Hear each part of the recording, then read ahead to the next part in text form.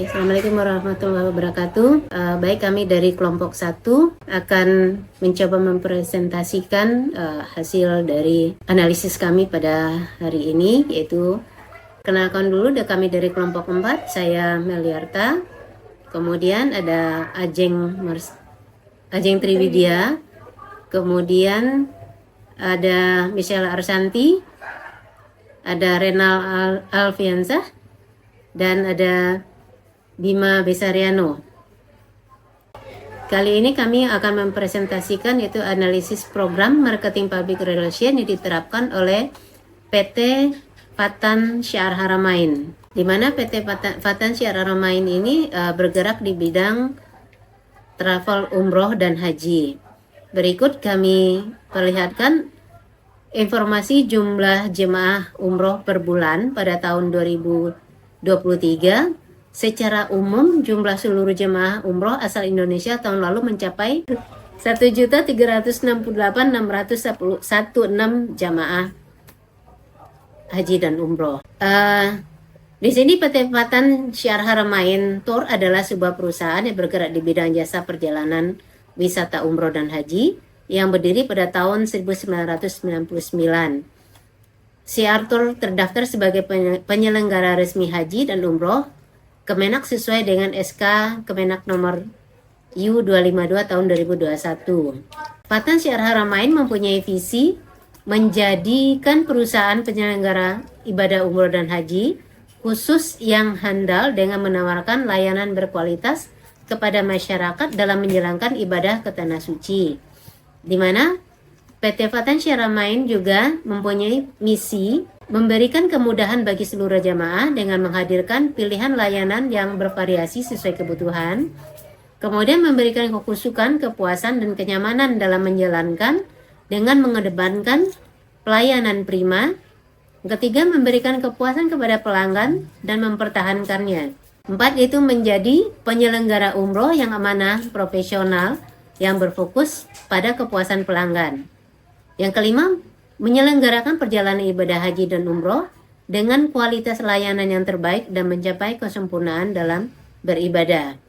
Di sini kita juga menampilkan ada beberapa produk PT Fatan Syiar Haramain, di mana produk yang ditawarkan oleh PT Fatan Syiar Haramain adalah berupa umroh hemat, kemudian umroh plus, serta tur muslim. Umroh hemat ini merupakan secara ekonomi yaitu kegiatan umroh dengan harga dan penerbangan murah yang dilaksanakan selama 9 hari dengan harga 28 juta. Kemudian umroh plus merupakan umroh yang dilakukan tidak seperti umroh biasa, namun ada tambahannya dengan mengunjungi beberapa negara yang memiliki sejarah perkembangan Islam. Di mana umroh plus ini dilaksanakan selama 12 hari, yaitu 9 hari umroh dan 3 hari untuk tur ke Taif. Umroh plus ini itu seharga 31,9 juta. Kemudian tur musim itu perjalanan ke negara-negara yang mempunyai sejarah perkembangan Islam, yaitu berupa piramid Mesir yang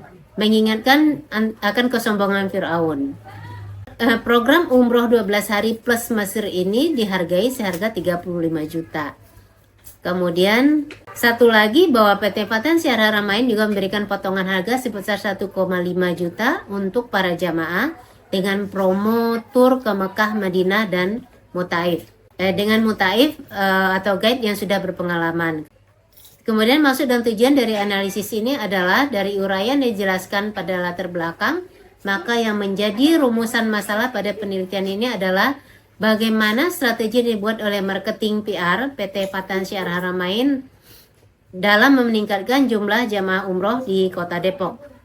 Dan tujuannya yaitu Fatan Tour hadir sebagai mitra yang dapat diandalkan.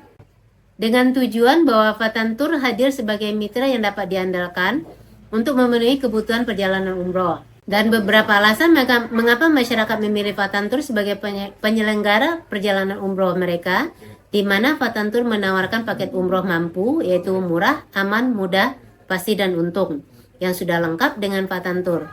Umroh bukanlah sekedar impian yang jauh dari jangkauan untuk menjadikan impian masyarakat untuk menjalankan ibadah umroh menjadi kenyataan bersama Fatan Tour.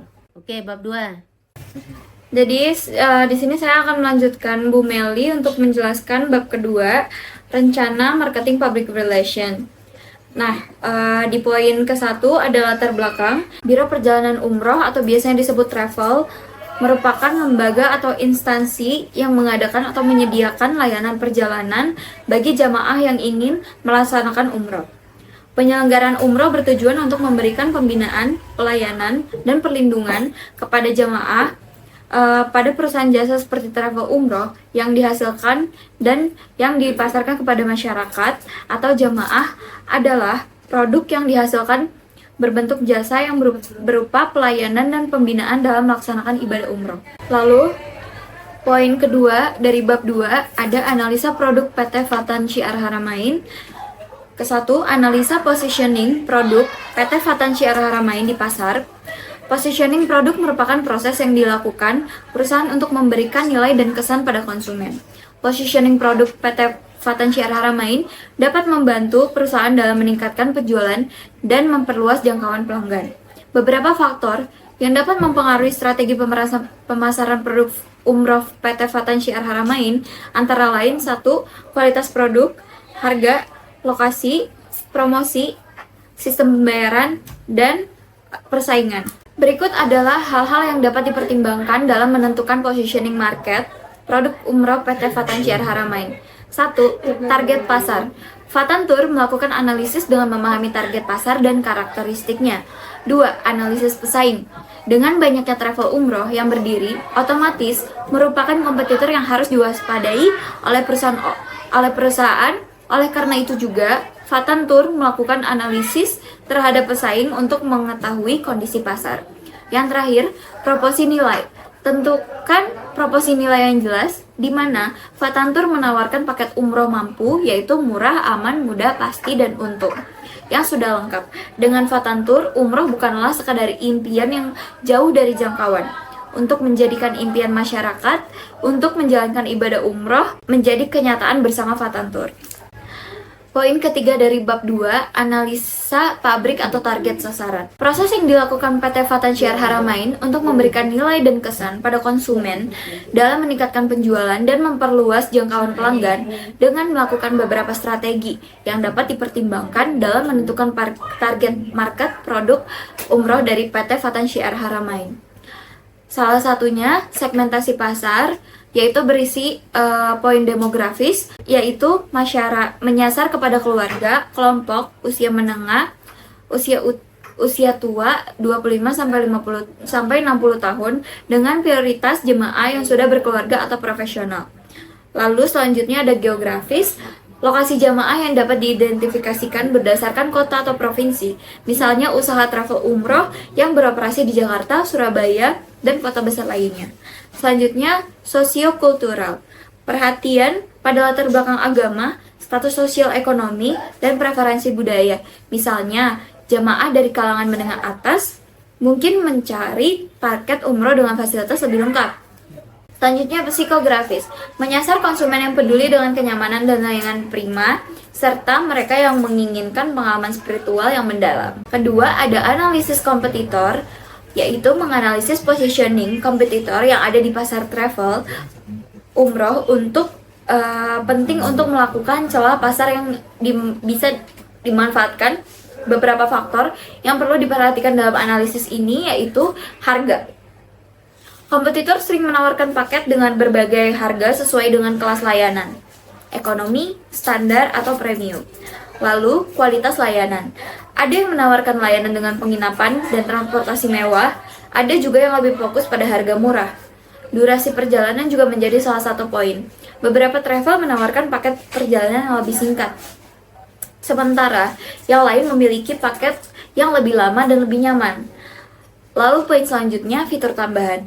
Ada travel yang memberikan layanan VIP, pemandu berlisensi, serta fasilitas khusus seperti check-in prioritas, ruang tunggu premium, dan sebagainya. 3. Penentuan nilai atau Unique Selling Proposition, atau kita biasa sebut USP. USP adalah aspek yang membedakan layanan umroh yang ditawarkan dengan pesaing. Beberapa contoh positioning berdasarkan USP yang bisa diperkembangkan adalah 1. Kenyamanan dan keamanan. menawarkan layanan dengan kualitas akomodasi, transportasi, dan pemandu yang lebih baik, pelayanan personal, menyediakan pengalaman lebih personal, dan grup kecil atau layanan VIP. Paket hemat, menyasar jemaah dengan budget terbatas, tapi tetap mengutamakan kenyamanan dan ibadah yang khusyuk. Lalu yang terakhir ada ketersediaan fasilitas lengkap, menyediakan paket perjalanan yang lengkap dengan layanan pemandu yang berpengalaman, pemesanan hotel yang dekat dengan masjid, serta fasilitas kesehatan. Lalu poin keempat, ada menciptakan citra dan komunikasi brand. Setelah memahami segmentasi dan USP, langkah selanjutnya adalah membangun citra brand di benak konsumen. Hal ini dilakukan dengan branding, strategi pemasaran, testimoni, dan juga pelayanan pelanggan. Kelima, ada evaluasi dan penyesuaian. Positioning produk harus dievaluasi secara terus-menerus untuk melihat apakah dengan kebutuhan pasar yang terus berkembang, analisis pesaing dan umpan balik dari konsumen dapat memberikan informasi berharga untuk menyesuaikan strategi positioning. Misalnya, jika banyak jemaah menginginkan kenyamanan yang lebih dalam hal penginapan, travel dapat menyesuaikan paket dengan pilihan hotel terbaik. Lalu selanjutnya ada analisis PST dilanjutkan oleh rekan saya. Baiklah, berikut ada analisa lingkungan dan ada analisis PES dan SWOT. Analisis PES itu ada beberapa faktor yang dipertimbangkan dalam analisis PES PT Patan Syiar Haramain. Yang pertama ada politik, faktor-faktor yang berkaitan dengan campur tangan pemerintah dan perekonomian seperti kebijakan pajak, hukum, dan perburuhan. Lalu yang kedua ada ekonomi, faktor-faktor yang berkaitan dengan pertumbuhan ekonomi, suku bunga, nilai tukar, dan tingkat inflasi.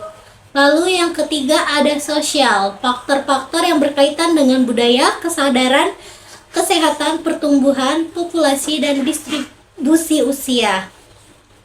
Yang keempat, teknologi, faktor-faktor yang berkaitan dengan penelitian dan pengembangan otomatis dan tingkat perubahan teknologi.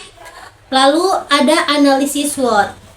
Analisis SWOT ini hasil analisis dan survei yang kami dapatkan, kami tuangkan dalam tabel dengan skor bintang 5 tertinggi dalam bintang 1 terendah. Di sini ada tabel hasil identifikasi analisis SWOT, aspek SWOT-nya, hasil identifikasi dan bobotnya. Yang pertama itu ada kekuatan. Kekuatan hasil identifikasinya pelayanannya bintang 4, lalu petugas perjalanannya bintang 5, dan harga produknya bintang 3, pelayanan informasinya bintang 1, fasilitas atau include facilities bintang 5. Yang kedua ada kelemahan, beban kenaikan harga pisah, bobotnya itu bintang 3. Lalu hasil identifikasinya ketenaran perusahaan bintang 3, dan ketenaran dan manajemennya bintang 3, dan fasilitasnya bintang 2. Peluang yang ketiga, peluang pasar. Yang pertama itu pangsa pasar bintang 4, harga produknya bintang 5, pencapaian target bintang 4, paket wisatanya bintang 5, izin umrohnya bintang 4. Lalu keempat ada ancaman. Hasil identifikasinya itu yang pertama ada pesaingnya bintang 3, penaltinya bintang 3, kondisi tak terduganya bintang 2, subsidi pisahnya bintang 2. Lalu penawaran produknya bintang 3. Baiklah, sebagai tertulis di atas, kami mendapatkan survei faktor internal yang dituang dalam identifikasi dengan keterangan bintang 5 adalah nilai paling signifikan, sampai dengan bintang 1 adalah nilai yang paling tidak signifikan. Baiklah, nanti dilanjutkan oleh teman saya. Ya, selanjutnya saya Bima. Selanjutnya berikut adalah beberapa strategi yang diterapkan oleh PT Patan Tour. Yang pertama, membangun reputasi melalui konten berkualitas. Konten edukasi seperti membuat artikel, video, atau infografis yang memberikan informasi kepada audiens. Lalu cerita dan testimoni, bagikan berpengalaman pelanggan yang dapat membangun kepercayaan serta publikasi konten di website atau platform yang relevan. Dua, mengelola hubungan dengan media. Press release rutin mengirimkan berita terkini tentang perusahaan atau produk ke media massa. Yang ketiga, mengadakan event dan aktivasi seperti event online, selenggarakan seminar, workshop, atau pameran yang relevan dengan produk atau jasa. Lalu ada event online menggunakan platform webinar atau live streaming untuk menjangkau audiens digital. Lalu sponsorship, yaitu dengan mendukung komunitas atau kegiatan sosial untuk meningkatkan visibilitas merek perusahaan. Lalu rekomendasi MPR. Berikut adalah beberapa rekomendasi marketing public relation dapat digunakan oleh PT Fatantur. Yang pertama, menciptakan konten berkualitas atau fokus pada pembuatan konten yang relevan dan menarik untuk target audiens. Dua, program royalty atau referral. Nah, ini dikembangkan program royalitas atau referral untuk pelanggan. Yang pertama ada pesan. Dalam MPR PT Fatantur disampaikan dengan sangat jelas, konsisten, dan sesuai dengan tujuan marketing serta audiens yang dituju. Pesan yang disampaikan sangat jelas dan mudah dipahami audiens. Lalu MPR PT Fatantur memastikan pesan yang disampaikan konsisten di semua platform, baik di media sosial, press release, dan kampanye pemasaran lainnya. Lalu fokus pada nilai unik dari produk atau layanan yang ditawarkan serta bagaimana itu dapat memenuhi kebutuhan atau penyelesaian masalah audiens. Lalu untuk medianya tersendiri, media MPR adalah saluran atau platform yang digunakan untuk menyampaikan pesan PR kepada audiens yang lebih luas. Nah, berikut adalah beberapa jenis media yang digunakan oleh PT Fatantur yang efektif dalam marketing pada saat ini. Media sosial. Untuk media sosial, PT Fatantur menggunakan salah satu saluran PR yang paling efektif di era digital saat ini, seperti Facebook, Instagram, TikTok, dan YouTube. Lalu ada website dan blog. Yang pertama, blog dari PT Fatantur sendiri menyediakan konten berbasis SEO yang mendatangkan trafik organik dan membantu dalam edukasi audiens. Lalu untuk websitenya sendiri menjadi sumber utama untuk informasi lengkap dan terstruktur tentang perusahaan, layanan, dan produk. Ada di website Fatantur itu sendiri. Lalu untuk programnya, berikut adalah panduan strategi MPR dari PT Fatantur yang dapat diterapkan. Yang pertama ada brand awareness, yaitu mengenalkan layanan umroh kepada masyarakat. Lalu ada di influence marketing, yaitu dilibatkan influencer yang relevan untuk merekomendasikan layanan perusahaan dan menawarkan perjalanan gratis sebagai imbalan ulasan positif. Lalu untuk anggarannya, berikut adalah estimasi anggaran MPR PT Fatan Syar Haramain yang disesuaikan dalam kebutuhan perusahaan per bulan. Yang pertama, untuk biaya sendiri ada di iklan digital, seperti digital ads, Facebook, TikTok, dan lain-lain. Itu biayanya sekitar 2 juta rupiah. Lalu untuk di biaya desain, percetakan brosur, katalog, dan materi iklan lainnya itu 5 juta rupiah. Lalu untuk di penulisan dan distribusi press release ke media massa itu 3 juta. Biaya mengorganisir atau mensponsori acara pameran itu 5 juta. Anggaran untuk memberikan potongan biaya harga voucher pada pelanggan itu 2.500.000 rupiah. Lalu untuk di biaya penyelenggara event seperti seminar atau pameran produk perusahaan itu sekitar di 7 juta rupiah. Dan untuk biaya honorarium MC, pembicara, dan staf panitia estimasi 5 juta rupiah. Lalu untuk di biaya untuk alat yang membantu dalam analisis kinerja kampanye dan public relation itu di 2 juta rupiah.